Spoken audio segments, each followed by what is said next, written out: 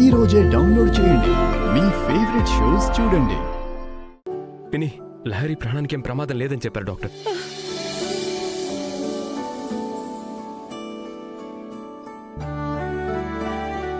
భగవంతుడా, నువ్వున్నావయ్యా, నా బిడ్డని కాపాడావు. అత్తయ్య గారు, లహరికి ఇప్పుడు ఎలా ఉందండి? బానే ఉందంటమ్మా, అవుట్ ఆఫ్ డేంజర్ అంట. చూద్దాం పదండి.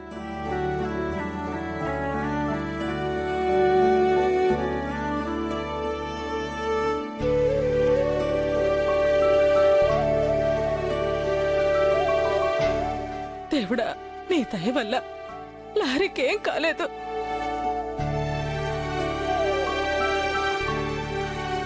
అత్తయ్య గారు, లహరి స్పృహలోనే ఉందా?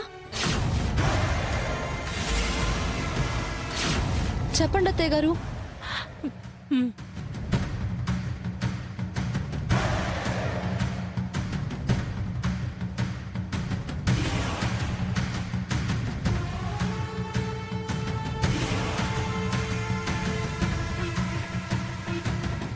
లహరి,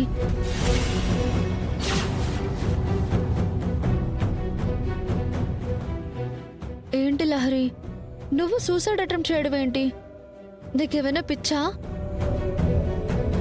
నీకంత కష్టం ఏమొచ్చింది? ఏంటి ప్రాబ్లం? ప్రాబ్లం అంటే వదినా,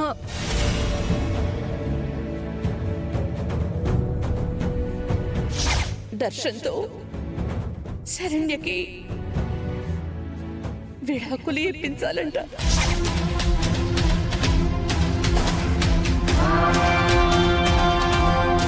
వాడు చెప్పినట్టు చేస్తేనే లహరికి సంబంధించిన ఎవిడెన్స్ ని మనకి తిరిగి ఇచ్చేస్తాడంట.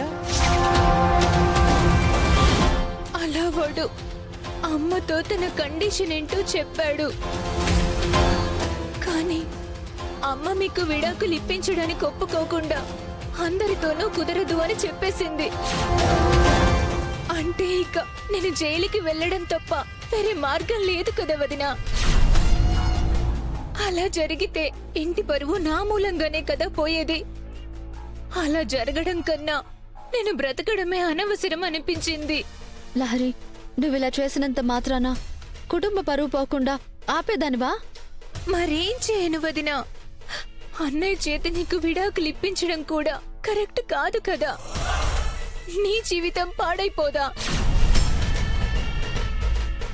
కుటుంబం క్షేమంగా ఉంటుందంటే నా జీవితం ఏమైపోయినా లెక్క చేయను. పైగా ఇంటి గౌరవ మర్యాదలు కాపాడటం కోడలిగా నా బాధ్యత.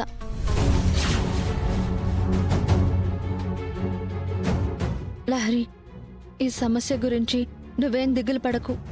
నువ్వు బాగుండాలి. ఆనంద నిలయం పరువు గౌరవం ఎన్నటికీ పాడైపోకూడదు.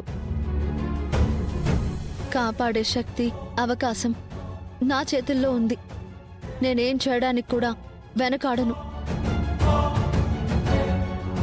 వద్దు వదినా, నువ్వే నిర్ణయం తీసుకోవద్దు. లహరి, ఈ విషయం ఎవరికి చెప్పకు. నాకు మాట ఇవ్వు.